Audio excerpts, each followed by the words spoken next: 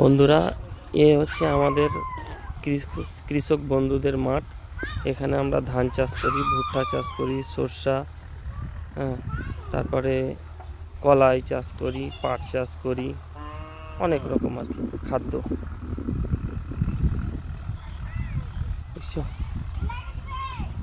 আমার পিছন দিকে আম বাগান রয়েছে, অনেক গাছগাছালি রয়েছে। কি সুন্দর একটা দৃশ্য দেখো।